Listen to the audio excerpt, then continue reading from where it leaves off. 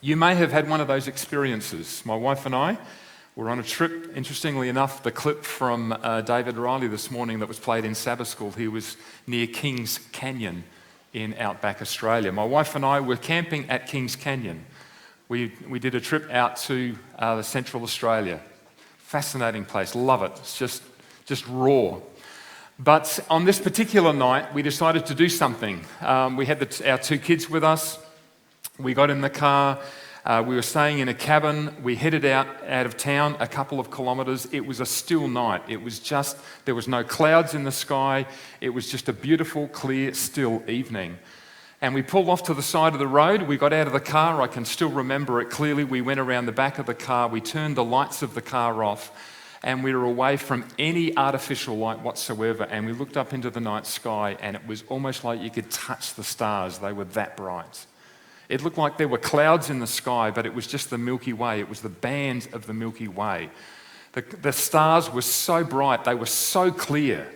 It was almost a spiritual experience. Well, it was. It was deeply moving.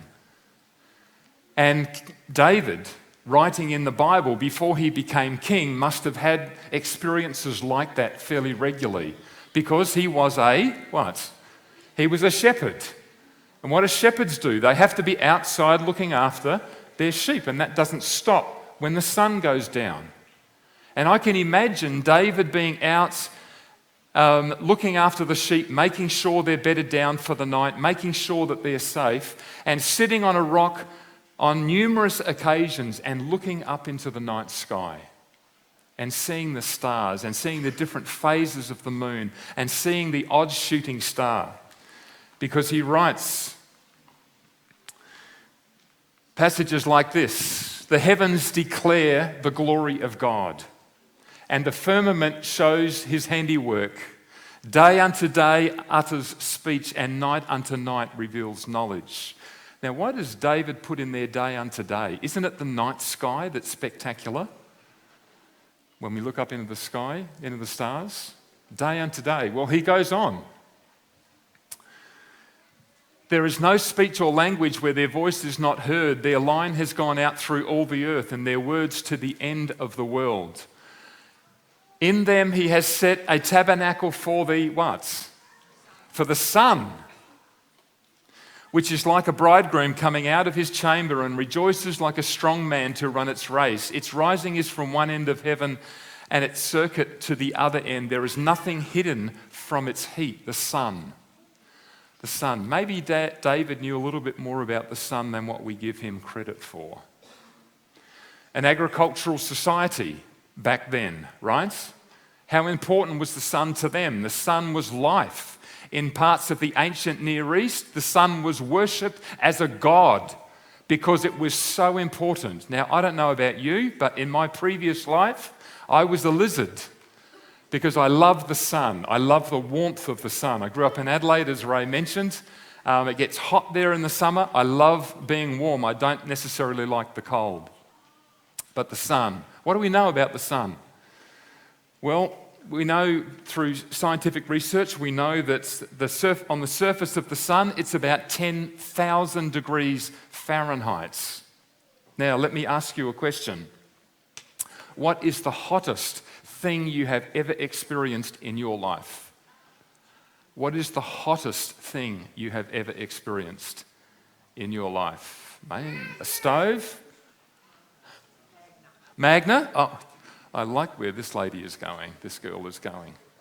All right, if you've been welding at some point and you get a spit of molten metal, that flies off and goes down your socks or into your gloves, whatever, you know all about it, right? Molten metal's pretty hard. But let's go down here. If we go to, all right, here we are on Mount Kilauea in Hawaii. Now, unfortunately, because it's been very active, they've fenced it all off and you can't get close to it. But my wife and I and our two children had the opportunity a number of years back to visit this volcano and to walk on lava that was still growing. And it was an amazing experience. Mount Kilauea doesn't blow its top. It oozes out of cracks and fissures in the side of the mountain. And back then, you could actually walk on molten rock. I mean, it had cooled, it had got a crust on it, but where there was a crack, if you looked down the crack and you got too close to it, it would be like instant sunburn. You could feel the heat. Molten rock is about 1,000 degrees Fahrenheit. The sun, the surface of the sun, is 10,000 degrees Fahrenheit. Now, we also know that the sun is about 100 times the size of the earth. See the little red circle on the bottom left-hand corner of the slide? That's not the size of the earth compared to the sun. The little white dot inside the red circle is the size of the earth in comparison to the sun. In terms of volume, it would take 1.3 million earths to fill the volume of the sun. And the Bible says that God just spoke the sun into existence. Now, one of life's pleasures is to sit around a campfire, and I know that you have a very active Pathfinder club and adventurer club, and there's nothing better than sitting around a fire with a cup of hot Milo, or putting some marshmallows in, or baking some potatoes, or whatever it might be. Can I get you to use your imagination this morning? You have quite a nice car park out here at the front. And let's say that we put something down so that we don't damage the bitumen, and we build a fire, a big fire, right? A bonfire, right. And we know that when we sit around a bonfire and it starts to burn down and the heat builds, what do you have to do? You have to move back because the heat gets too hot, right? Let's imagine that we are building a bonfire out here in your car park here at Wallsend Church. How big a bonfire do we have to build here at Wallsend? My wife and I live at Cameron Park, to feel the heat at Cameron Park. How big a bonfire would we need to build? Pretty big, right? It would really stretch our thinking. Okay. Let's take it a next step further. How big a bonfire would we have to build here in the car park of Wallsend Church to feel the heat down at Hornsby, northern suburb of Sydney? 10,000. A big bonfire, yes. We'd need that much wood to put on the bonfire. All right, one step further. How big a bonfire would we have to build here in Wallsend Church to feel the heat in New Zealand, in Auckland? We can't even begin to imagine how big a fire we would need to build, right? The sun is 170 million kilometres from the earth, and we'll walk out there in a few minutes and we will feel the warmth of the sun, and it will be hot inside of our cars, right? 170 million kilometres. And God just spoke the sun into existence.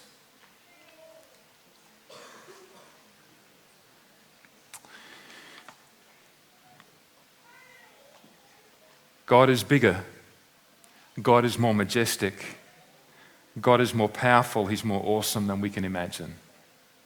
And as Louis Giglio reminds us in his presentation, Indescribable, we have to right size God. Because he's not our size. You know these verses very well. We'll go to, can we go to the next slide? To whom then will you liken God, or what likeness will you compare him? Have you not known? Have you not heard? Has it not been told you from the beginning? Have you not understood from the foundations of the earth? It is he who sits above the circle of the earth. Let's just pause there for a moment. Pray tell, how did Isaiah know the earth was round? 600 years before the birth of Jesus. Up until about, the 1500s? What do people think? The earth was flat. You sail out far enough, you're going to go off the edge, right? How did Isaiah know the earth was round? It is he who sits above the circle of the earth, and its inhabitants are like grasshoppers. He stretches out the heavens like a curtain and spreads them out like a tent to dwell in. To whom then will you liken me, or to whom shall I be equal, says the Holy One? Lift up your eyes on high and see who has created these things, who brings out their host by number. He calls them all by name, by the greatness of his might and the strength of his power. Not one is missing. This is a postage stamp shot picture of a part of the Milky Way Galaxy. Now, our solar system with our planets is like the street, okay? Think street. We're living in this street, our solar system, in the suburb of the universe called the Milky Way Galaxy, right?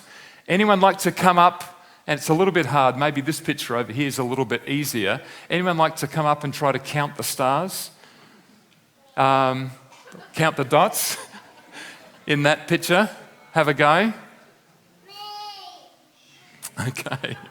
You can have it, try from down there, how many there are.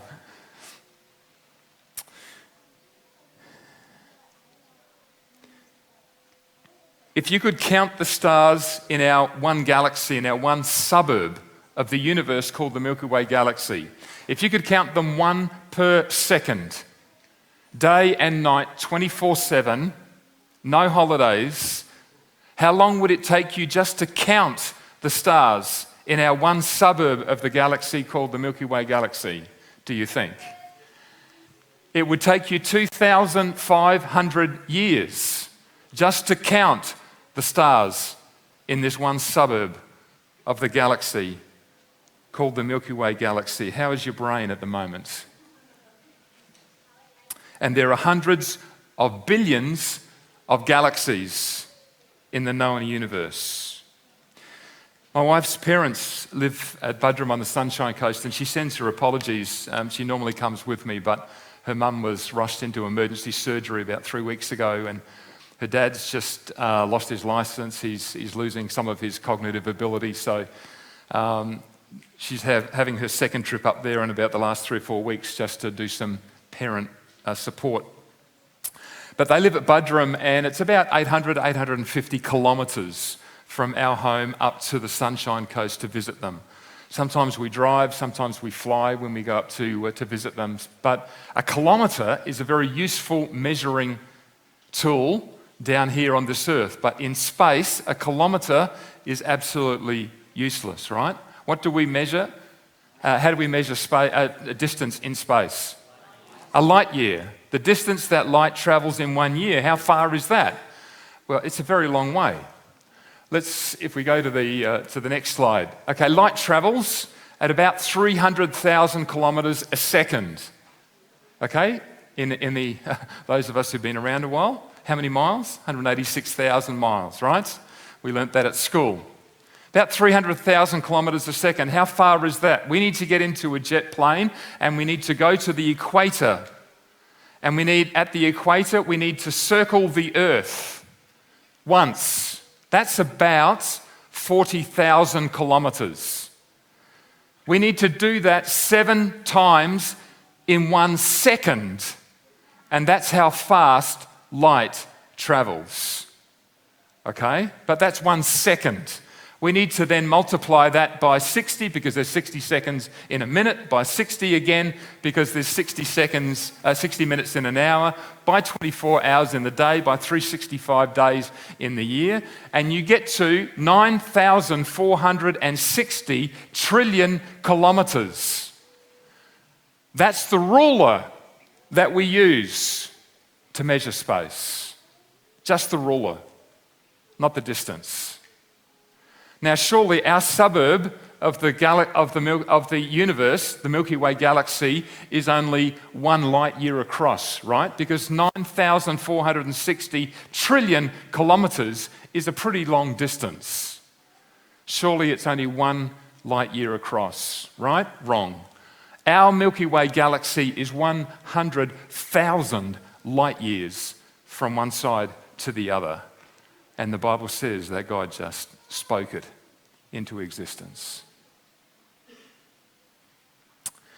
You know, the kids' songs that we have, and we didn't have a children's story this morning, sorry about that, kids. But maybe we could sing this little song. Oh, we could start a little song. There's some great theology in kids' songs. And I'm sure you all know the song. My God is so big, so strong and so mighty, there's nothing my God cannot do. That's true. My God is so big, so strong and so mighty, there's nothing my God cannot do. Fantastic. Okay. The valleys are his, the stars are his handiwork too. My God is so big, so strong and so mighty, there's nothing my God cannot do. Beautiful. Give them a hand. They did really well. Great theology in that song. God is so big and we are so small. And that's why we need to get out in nature and look at the night sky, look across the ocean, look at a mountain so that we get things in a perspective. Human beings are smart, intelligent, creative, inventive. There's no doubt about that. I mean, just consider the smartphone and all of the things that we can do on that. But how big is the Earth compared to our solar system and compared to the Milky Way Galaxy?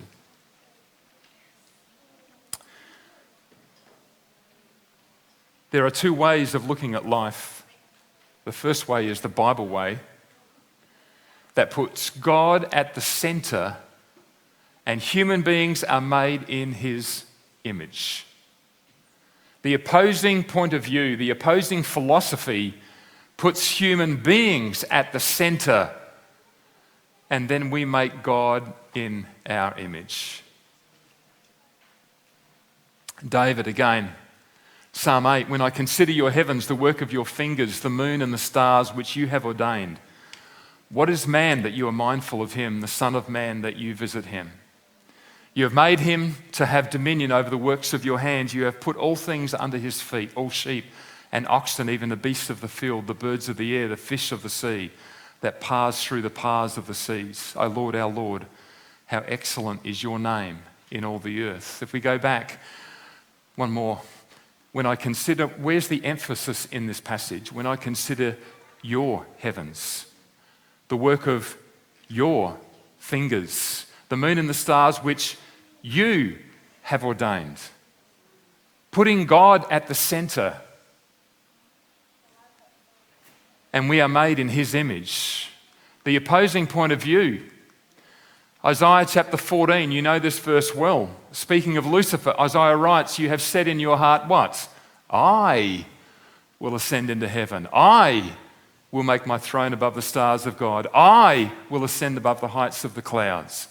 I will be like the Most High. Where's the center of that passage? Not on God. Not on God. Now, David's not saying that human beings are not important. Not at all. But he's saying that we need to get the right philosophy. We need to get the right thinking in our minds. That in all the things that we do, we need to put God at the center. Because when we do that, everything else will fall into its rightful place. Isaiah illustrates the absurdity of the opposing point of view where he writes in Isaiah chapter 45, verse 9, woe to him who strives with his maker. Shall the clay say to him who forms it, what are you making? Or shall your handiwork say he has no hands? My wife is very creative, I'm not. Well, I don't mind working with wood and a few other bits and pieces, but she loves doing things with her hands. She cannot sit still. And when we're traveling, she'll always take her knitting with her. Like somebody else we might know. She loves making these squares, and she knits the squares into these love blankets. Have you heard about these love blankets that you give away to people? And there's a whole network of people. They have a warehouse down near the airport in Sydney where they make hundreds and hundreds of these love blankets that they send different places around the world. My wife gives them away. She just asks God to say, she works at Avondale, and she says, show me somebody who needs one of my blankets. And she has a couple of them in her drawer. But can you imagine the wool calling out to this lady who's knitting, saying, what on earth are you doing? Why are you making me like this? It's absurd. It's absurd. putting God at the center. First angel's message reflects this very thought. We know the passage well, Revelation 14, verse 6 and 7. Fear God and give him glory. For the hour of his judgment has come. Worship him who made the heavens, the earth, the sea, and the springs of water. As we come to church, as we participate in the worship, beautiful worship this morning, again, thank you. What is the picture that we have in our minds of God? What is he like? What have we drawn in our mind? When we kneel in prayer, when we have our devotional time at home, whether it might be family worship or our own personal worship, what do we have in our mind in terms of God? What picture do we have? God is bigger. God is more powerful. God is more majestic than what we can even begin to imagine. That is why when God came down on Mount Sinai, there was thunder and lightning and fire and smoke, and the mountain shook with his presence.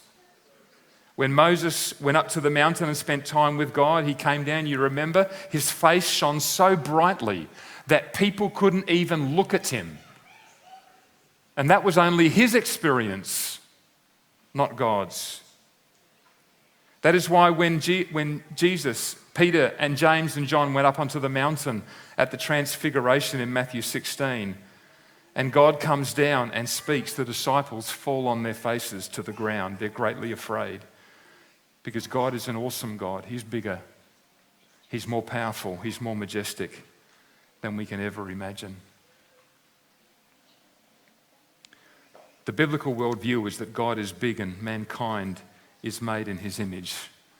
The devil would have us believe that mankind is big and smart and intelligent, and that we should make God in our image. Because that way we can make him into anything we want. We can determine the rules. We can control the situation, and we can do as we wish. Thinking about the sun, its power, its heat. Looking at the Milky Way, recognizing the enormity of space puts things straight back into perspective. As David reminds us, the heavens declare the glory of God. Big, yes. Majestic, yes. Powerful, yes. Mighty, yes. But not a being that we need to be afraid of.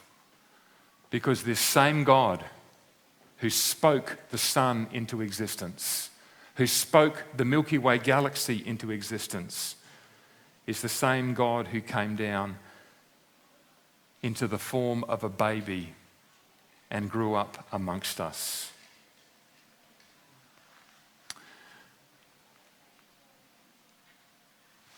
This isn't a picture of the Milky Way Galaxy. We don't have one.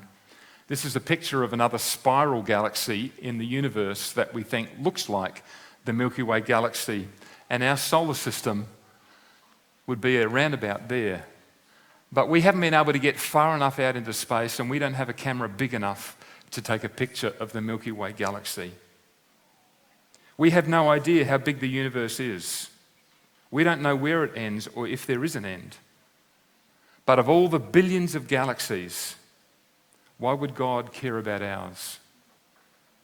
And of all the billions of stars and planets in the Milky Way Galaxy, why would God care about this tiny dot of a planet called Earth? And of all the billions of people who live on this planet, why would God care about me? And why would God care about you? But he does. For God so loved this world that he gave his one and only Son, that whoever believes in him should not perish but have everlasting life. What a God we serve. Yeah, as we bring this service to a close, I couldn't think of a more appropriate song than The Splendor of Our King. Invites you to join in as we continue to think about the majestic, powerful God that we serve.